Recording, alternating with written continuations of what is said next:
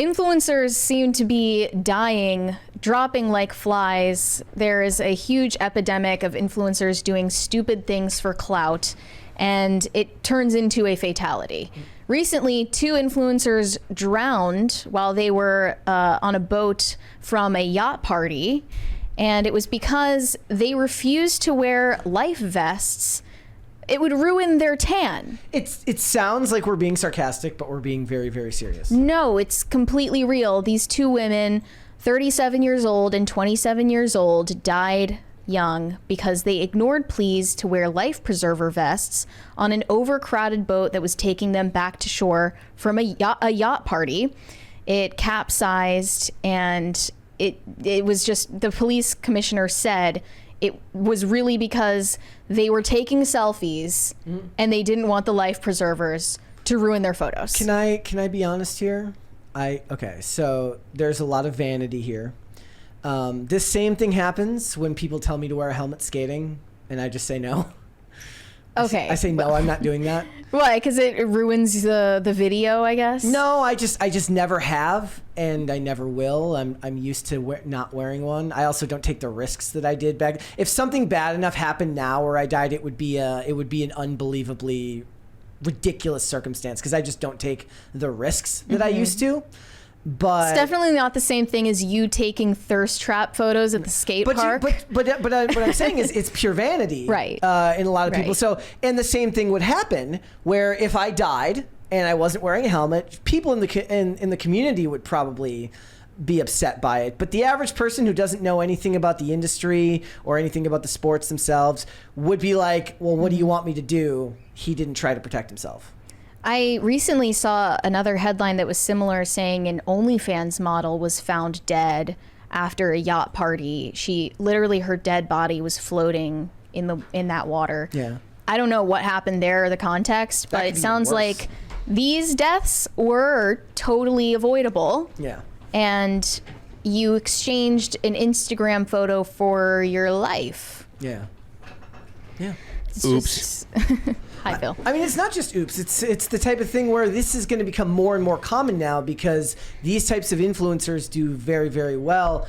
And we've got more stories here. I think this one's probably they just keep cropping up. It's crazy. Keep cropping up. There was also the story of this guy is dubbed South Africa's Steve Irwin, who dies by being bit by a venomous snake. He just takes videos of himself with like dangerous animals, and he ended up, I guess he's earned the Steve Irwin moniker, but that's dark.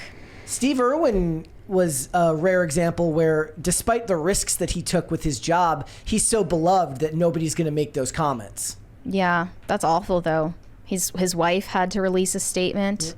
She said he had a venomous snake bite, which unfortunately, due to his allergy to snake venom.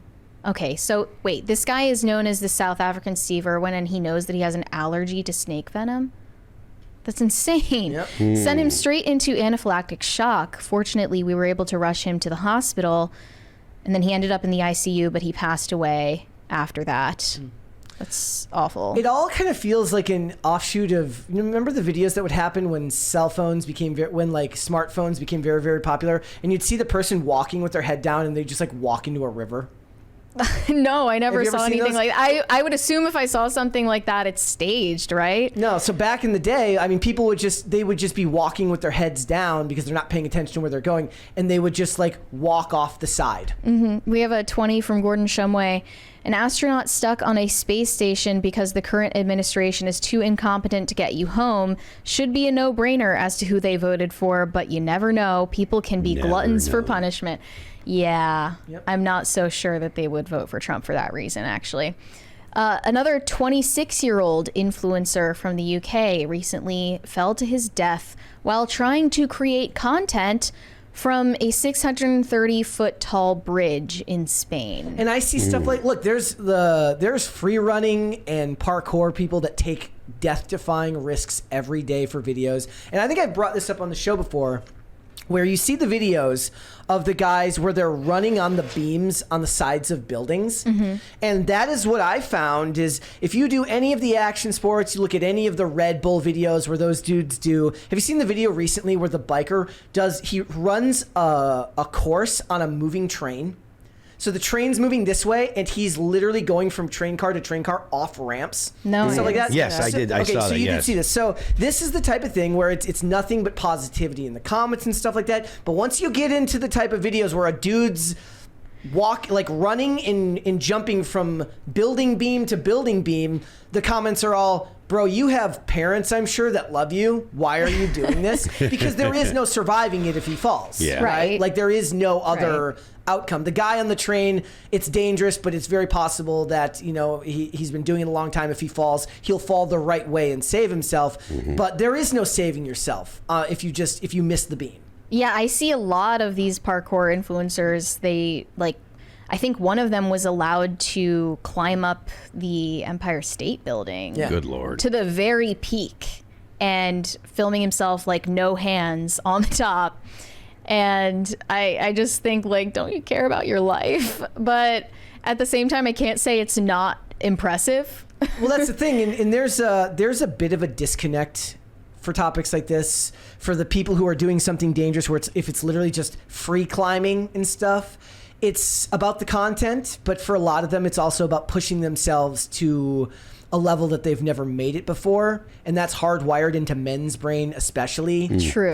It's kind of like exploration in a lot of ways. Like the goal is to push yourself beyond your limits and find, you know, a new precipice. And I get that, but there gets to be a discussion that's had, whereas it actually boils down to a lot of times people would say it's more pure to do it without making content out of it, which is insane.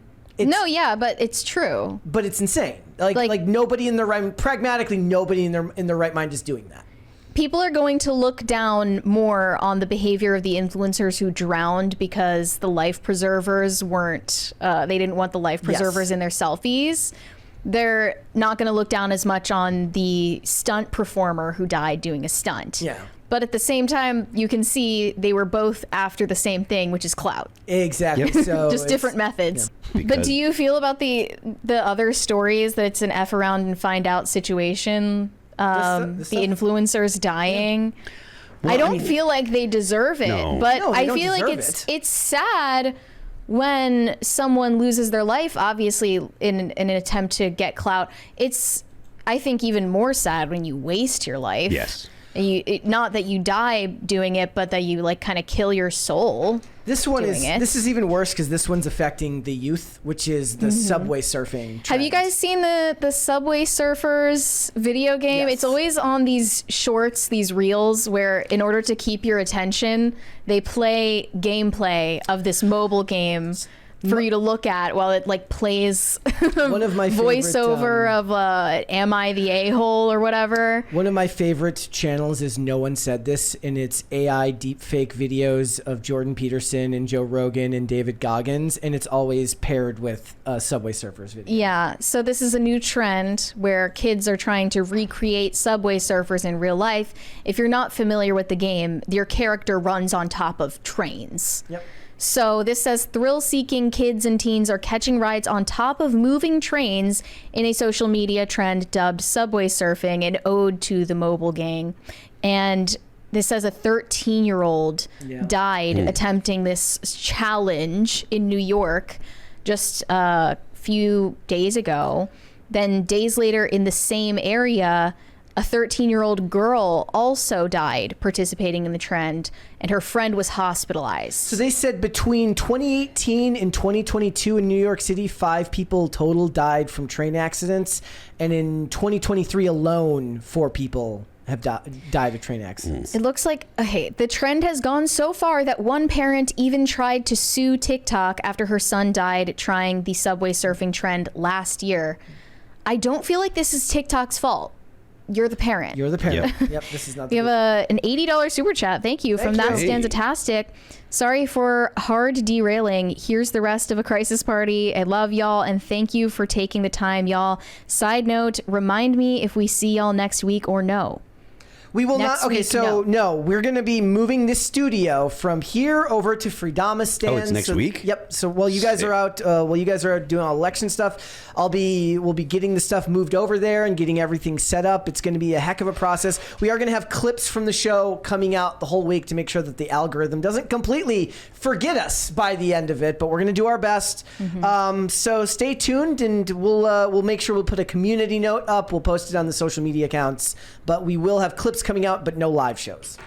I just think if your kid is participating in a trend like this, you should be a more present parent. I feel for the parents. Your child is literally running on top of a moving train, and you're blaming a media company. I do not like her blaming the social media companies, but I do have a lot of sympathy for the parents who...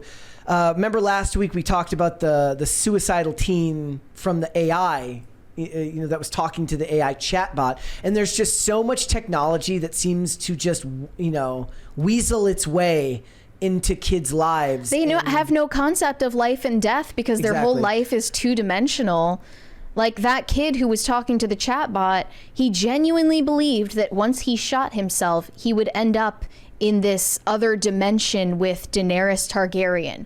Like, no concept of life or death. I feel no awful. Concept of finality. I feel awful for the parents, but I also understand that it is not the social media company. It is not TikTok's fault that the fix starts at home. Yeah. Eric Adams has like the craziest job ever because he really had to release a statement about this. Yep. He said, heartbroken to hear that subway surfing and the pursuit of social media clout has stolen another life. We are doing everything we can to raise awareness against this dangerous trend, but we need all New Yorkers and our social media companies to do their part too. No post is worth your future. This is like when TikTok had to put out the disclaimer for people making content during the hurricane.